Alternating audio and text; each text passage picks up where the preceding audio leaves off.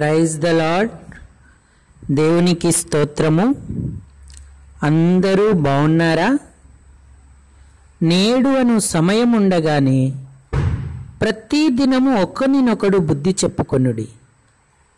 ప్రియులారా, రండి, దేవుని దివ్యవాక్య ధ్యానానికి ప్రేమతో మిమ్మను ఆహ్వానిస్తూ ఉన్నాం.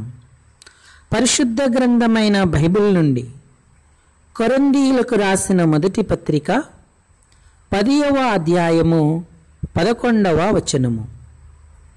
ఈ సంగతులు దృష్టాంతములుగా వారికి సంభవించి యుగాంతమందున్న మనకు బుద్ధి కలుగుటకై వ్రాయబడెను. ఇశ్రాయేలు దేవుడేర్పరచుకొనిన జనాంగం, వారు ఆయన స్వకీయులు. ఇశ్రాయేలు సార్వత్రిక రాజ్యం 12 గోత్రాల వారిని మహారాజైన సౌలు, దావీదు, సొలొమోనులు పరిపాలించారు. రెహబాము రాజైన సొలొమోను కుమారుడు. ఇతని తల్లి అమ్మోనీయురాలు నయామా ఆమె పేరు. రెహబాము అనగా ప్రజలు విస్తరింతురు అని అర్థం. ఇతని తండ్రి జ్ఞానవంతుడే అయినను ఇతను మతిహీనముగా ప్రవర్తిస్తూ వచ్చాడు. రాజ్యవైభవమునకై సొలొమోను వేసిన పన్నుల భారం అధికముగా ఉండుట వలన అతని కాలములో అనగారిన విభేదములు, ప్రజల అసంతృప్తి నూతన రాజైన రెహబామునకు చెప్పుకొను అవకాశము కలిగినది. షెకెములో వారు కూడుకొనినప్పుడు రాజు 3 దినముల వ్యవధి కోరి తన తండ్రి సమకాలీనీయులైన పెద్దల సలహా కోరెను. వారు చక్కని సలహా అతనికిచ్చిరి. రాజుల మొదటి గ్రంథం 12వ అధ్యాయము 7వ వచనము.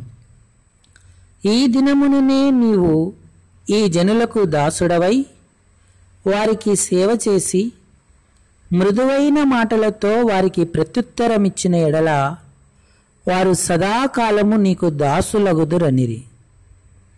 అయితే రెహబాము పెద్దల ఆలోచన నిర్లక్ష్యపెట్టి తనతో పెరిగిన తోటి యవనస్తుల సలహాను బట్టి నా తండ్రి నడుము కంటే నా చిటికన వేలు బరువు ఎక్కువ అని వారికి కఠినముగా ప్రత్యుత్తరమిచ్చెను.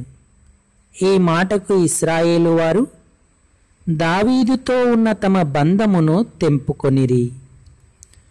రాజైన రెహబాము కాలములో రాజ్యము 2 భాగాలుగా విడిపోయింది.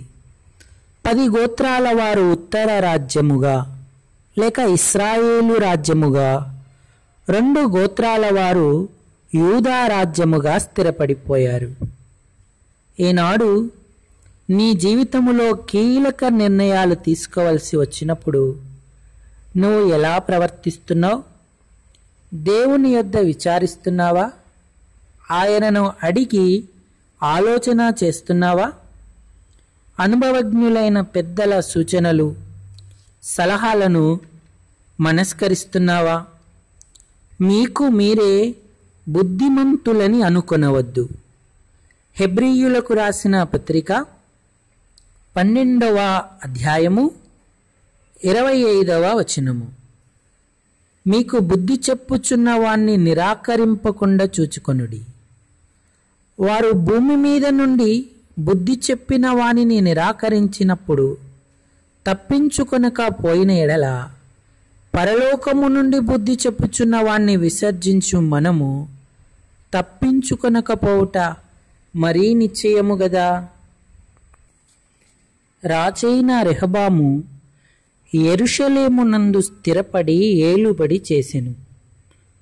రెహబాము ఏలుబడి చేయనారంభించినప్పుడు 41 సంవత్సరముల ఈడుగల వాడై ఉండెను. అతడు 17 సంవత్సరములు ఏలెను. అతడు తన మనస్సు యెహోవాను వెతుకుటయందు నిలుపుకొనక చెడు క్రియలు చేసెను. ప్రియులారా, ఈనాడు రెహబాము మనకు హెచ్చరికగా నున్నాడు. రెహబాము వలె చెడు క్రియలు చేయక యెహోవాను వెతికి ఆయన యందు ఉల్లసించు వారందరూ ధన్యులు. ఆయన నామమును బట్టి ఆయన వారిని ప్రేమించి ఘనపరుచును. బుద్ధిమంతులమై ప్రభువును సేవిస్తూ తరిద్దుముగాక. ఆమేన్.